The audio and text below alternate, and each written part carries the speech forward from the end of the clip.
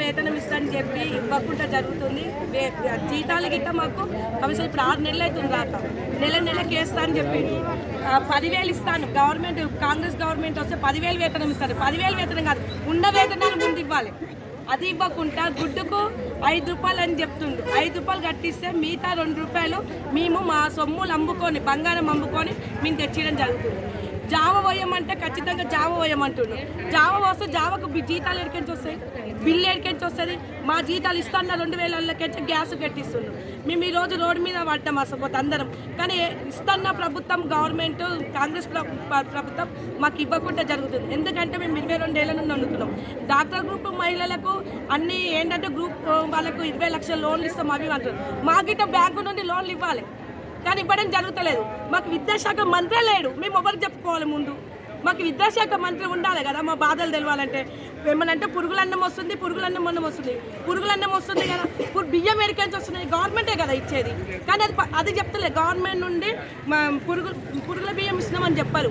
మధ్యాహ్న భోజన పోలు పురుగులన్నం వండిని పెట్టారని మధ్యాహ్న భోజన పోలు మీద పెట్టేస్తున్నారు.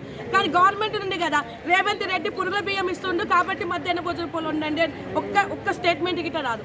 మా మీద ఎట్టేస్తారు. ఎందుకు మేము చదువుకోని వాళ్ళమని మేము ఎదిరించి అడిగితే మా జాబులు మేము చేసే పని తీసేస్తారని 22 ఏళ్ళ నుండి మేము ఈ పెద్దమ్మ ఇప్పుడు 20 ఏళ్ళ నుండి చేస్తాం. 22 ఏళ్ళ అంటే ఈమె వయసు దాదాపు 30 సంవత్సరాలు ఉండొచ్చు. ఇప్పుడు 50 పైన ఉంది. ఆమె ఇప్పుడు ఎక్కడ వెళ్తుంది తీసేసి? మా పరిస్థితి ఏంది? అది ఏం లేకుండా మాకు ఇచ్చారు. కనీసం పింఛన్లు అన్న ఇంటికాడ ఉండే పెద్దమ్మ వాళ్ళకి పింఛన్ అన్న 2,000 ఇస్తుంది. కానీ మాకు దానికన్నా అభిమానంగా ఉన్నాం. ఎంత ఘోరంగా అంటే కట్టెల పొయ్యి మీద వండిపించి చాలామంది మధ్యలో హార్ట్ అటాక్ వచ్చి చనిపోయింది. కళ్ళు కనిపించకుండా ఇండ్ల దగ్గర ఉంటే కోడళ్ళు కొడుకులు అన్నం పెట్టకుంటాయి.